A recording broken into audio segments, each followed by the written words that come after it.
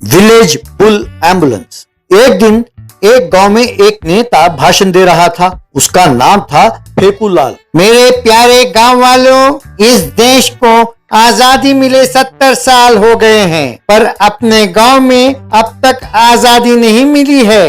विद्या और वैद्य के क्षेत्र में अपना गांव अभी भी पिछड़ा हुआ है, ये हम सब जानते हैं। ना एक अच्छा स्कूल है, ना ही एक अच्छा अस्पताल, ना बिजली, ना पानी। यूं गिनने लगे तो बहुत सारी समस्याएं हैं। हमारे इस हाल के जिम्मेदार वो नेताएं हैं जिन्हें आपने वोट देकर जिताया था। इसलिए इस बार मैं खुद एक इंडिपेंडेंट उम्मीदवार के रूप में खड़ा होने जा रहा हूँ। क्या आप जानते हैं कि मेरा चुनाव चिन्ह क्या है? कुत्ता। यानी आपने यदि मुझे वोट देकर जिताया तो मैं कुत्ते की तरह आपकी सेवा करूंगा। मेरे जीतने के अगले ही पल एक नया स्कूल के लिए निधि की मंजूरी ले आऊंगा, अस्पताल के लिए नया एम्बुलेंस ले आऊंगा। इलेक्शन से एक दिन पहले आप सबको 1500 प्रति व्यक्ति गूगल पे करूंगा। भगवान की सौगंध, पैसे मिले तो ही आप वोट देना, यूं कहने लगा। ये सुनकर लोगों ने ताली बजाई। इलेक्शन से एक दिन पहले सब बड़ी उम्मीद से अपना मोबाइल देखने लगे। सबको 1500 मिले तो सब खुश होकर नाचने लगे।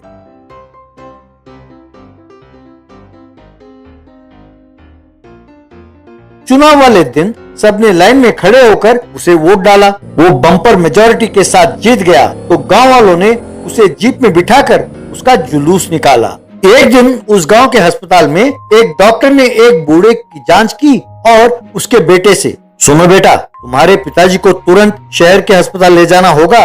उनके दिल में स्टेंट डालना होगा, नहीं तो जान का खतरा है। एम्बुलेंस तैयार करो। ए ड्राइवर, एम्बुलेंस निकालो। डॉक्टर साहब, एम्बुलेंस कल रात को खराब हो गया। मैकेनिक ने आकर देखा और कहा कि रिपेयर के लिए 5000 रुपए खर्च होंगे।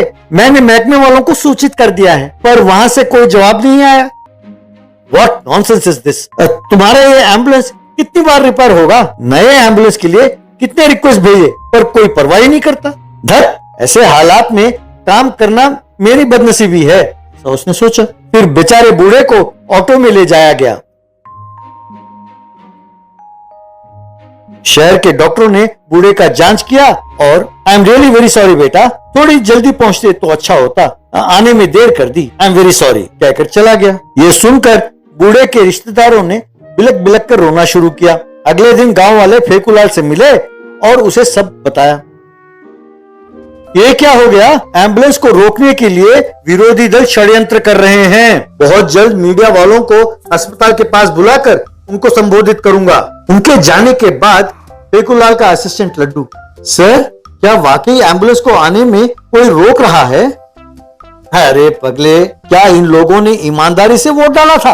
इन लोगों ने 1500 में अपना वोट बेचा है। इन्हें यदि सारी सहूलियतें पहुंचा दी गई तो हमारी बात कौन सुनेंगे? उन्हें वैसा रखा तभी हम ऐसे होंगे। कई दिन बीत जाने पर भी जब एम्बुलेंस नहीं आया तो गांव वालों ने मिलकर एक बैलगाड़ी वाला एम्बुलेंस तैयार किया। कोई भी सीरियस होता तो मरीज को उसी पर शहर लेके जाने लगे। एक दिन फेकूलाल प्रेस वालों को बुलाकर अस्पताल के पास आया। वहां किसी ने कोल्ड ड्रिंक दिया तो उसे इसने पिया। बाद में मीडिया वालों से, सबको नमस्कार, देख रहे हैं इस अस्पताल की हालत? यहाँ तो एम्बुलेंस भी नहीं है। वो देखिए, उस बैलगाड़ी को ही एम्बुलेंस बनाया है। इसका जिम्मेदार कौन है? हमारे विरोधी दल वाले। इस गांव में नए एम्बुलेंस को आने से रोकने वाले वही हैं। इस गाड़ी में शहर जाना कितना मुश्किल है, ये दिखाने ही मैं आप सबको यहाँ पे बुलाया है। मैं इसमें मरीज बनकर जाता हूँ, आप मेरे साथ चलें और इसका पूरा विवरण आप दें। यूं वो उस गाड़ी में बैठकर जाने लगा तो मीडिया वाले बाइक और गाड़ियों में उसका वीडियो लेते हुए पीछा करने लगे। गांव वाले भी साथ हो लिए। थोड़ी दूर जाने के बाद फेकूलाल के पेट में गुड़गुड़ होने लगा। अरे लड्डू, ये क्या? अरे पेट में गुड़गुड़ हो रहा है। अरे जब से वो कोल्ड ड्रिंक पिया है पेट ठीक नहीं है। गाड़ी रोको, मैं झाड़ियों में जाकर आता हूँ। क्या बात करते हैं सर, पीछे मीडिया वाले वीडियो निकाल रहे हैं। आपका झाड़ियों में जाना बैठना सब वीडियो लेकर टीवी में डालेंगे, आपकी इज्जत चली जाएगी। सोच लीजिए, जरा रुकिए, जरा सब्र कीजिए। अरे ए माँ, बापू, अरे मुझसे नहीं होगा, अरे लगता है यही हो जाएगा। अरे गाड़ी रोको, रोको गाड़ी, कहकर चिल्लाया। गाड़ी के रुकते ही दौड़कर गया और झाड़ियों के बीच में बैठ गया। मीडिया वाले भी कैमरा के साथ उसका पीछा करने लगे। वो झाड़ियों के बीच में जाकर बैठा और सिर्फ उसका सिर दिखाई दे रहा था। मीडिया वाले कैमरा के साथ उसे घेर कर खड़े हो गए। क्या हुआ सर, यूं अचानक झाड़ियों में छिपकर बैठ गए? मैं आप लोगों के हाथ जोड़ता हूं यार, अरे वीडियो निकालना थोड़ी देर के लिए बंद करो प्लीज। देख रहे हैं आप, हमारे नेता फेकूलाल जी प्रकृति का आनंद कैसे उठा रहे हैं। उनसे ही जानते हैं उनके अनुभव के बारे में। बताइए सर, कैसा लग रहा है आपको? फेकूलाल उठकर वहां से भाग गया। इसके बाद फेकूलाल ने उस गांव के लिए एक नए एम्बुलेंस की मंजूरी दे दी। तब से बीमार एम्बुलेंस का प्रयोग करके जल्दी से ठीक होने लगे। डोसा वाला। एक गांव में नागेश डोसे वाले के नाम से एक ठेला था। उस ठेले के मालिक का नाम था नागेश कुकनूर। उस इलाके में उसके डोसे बहुत मशहूर थे। एक ही टाइम पर वो तवा में 10 अलग किस्म के डोसे बनाता था। मसाला डोसा, ऑनियन डोसा, बटर डोसा, यूं कई किस्म के डोसे बनाकर वो बेचता था। लोग उसे बड़े चाव से खाते थे। उसी गांव में बालराजू नाम का एक व्यक्ति कोई काम ना करते हुए आवारा घूमता रहता था। एक दिन उसका बेटा रवि, पिताजी, मेरे दोस्त मुझसे पूछते हैं कि तुम्हारे पिताजी क्या करते हैं। मुझे बताते हुए झिझक सी होती है। क्या आपका काम सिर्फ यूं दादाजी के जायदाद को उड़ाना ही है? आप कोई काम धंधा क्यों नहीं करते पिताजी? क्यों बेटा, छोटे बच्चे होकर बड़ी बड़ी बातें करते हो? तुम अपनी उम्र के हिसाब से बात करो। अपने पास बहुत संपत्ति है तो मैं काम क्यों करूं? वैसे तुम्हारा स्कूल जाना भी बेकार ही है। स्कूल जाना बंद करो और खेलो कूदो और मौज करो। नागेश बालराजू का दोस्त था तो बालराजू नागेश के ठेले के पास आकर कभी कभी उससे बातें करता रहता था। वो जब भी आता तो नागेश भी उसे, अरे दोस्त, तेरे पास खूब पैसे हैं, अच्छी पत्नी है और अच्छा बेटा भी है, यूं तुम बेकार घूमते रहते हो तो लोग हंसी उड़ाते हैं। कोई अच्छा सा धंधा क्यों नहीं कर लेते हो? चाहो तो मैं तुम्हें सलाह दूंगा कि कौन सा धंधा ठीक रहेगा और उसे कैसे करना है। यह सुनकर बालराजू को बहुत गुस्सा आया। तभी कलेक्टर अपने कार में वहां आकर उतरा। उन्हें देखकर नागेश ने प्रणाम किया। सर, आप यहाँ क्यों आए? खबर कर देते तो मैं खुद चला आता सर आपके पास। मुझे तुमसे काम पड़ा है तो मुझे ही तुम्हारे पास आना चाहिए ना। तुम्हें बुलाना तो ठीक नहीं है ना। मैंने कई बार तुमसे टिफिन मंगवा कर खाया है, पर ठेले के पास आकर खाने का मजा ही कुछ और है। इसीलिए कल जिला अधिकारियों के साथ मीटिंग के बाद हम सब मिलकर तुम्हारे ठेले के पास आएंगे। यहीं हम गर्मा गर्म डोसे खाएंगे। तुम्हारे ठेले और तुम्हारे डोसा का स्वाद के बारे में मीडिया को भी बताना चाहता हूँ मैं। इसीलिए कल मीडिया को भी यहाँ पे बुलाया है। ठीक है?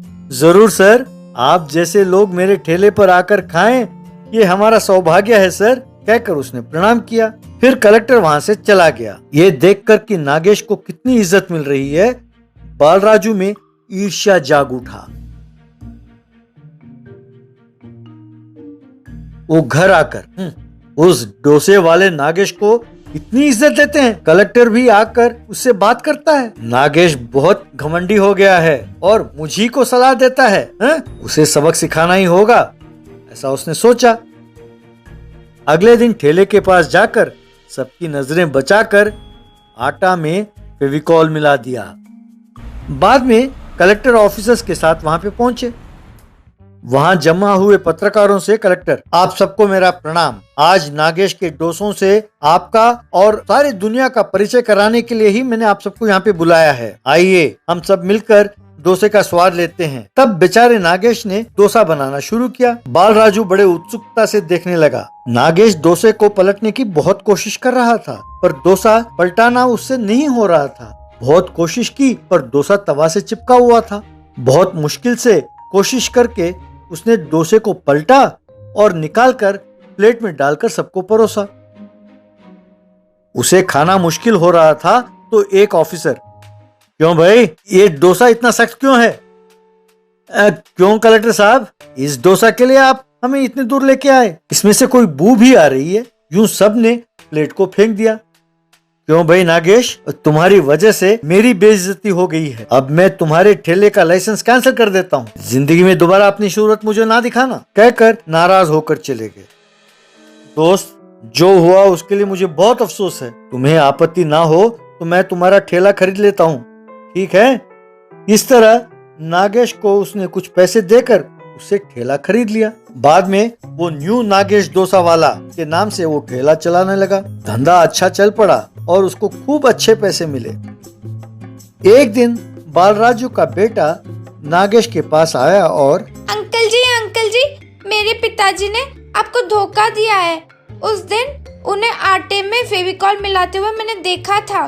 मैंने उसका वीडियो भी निकाला है।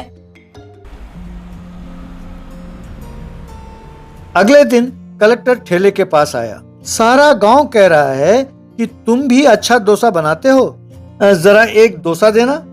बालराज खुश होकर एक डोसा बनाने लगा, पर बहुत कोशिश करने पर भी डोसा पलट नहीं पा रहा था। क्यों बालराज, डोसा तवा से चिपक गई है क्या? फेविकॉल मिलाओगे तो ऐसा ही होगा ना? ये बात सुनकर बालराज चौंक गया। तभी वहां नागेश और रवि पहुंचे। क्यों कमीने, दोस्त को ही धोखा देते हो? कल तुम्हारे बेटे रवि ने मुझे वो वीडियो दिखाया था, उसमें साफ साफ दिख रहा था कि तुमने आटे में फेविकॉल मिलाया है। नागेश, मुझे माफ करो, मैंने जल्दबाजी में गलती की। इस तरह बालराजू गलती की सजा जेल में काटने लगा और नागेश फिर से अपने डोसे की ठेले चलाने लगा।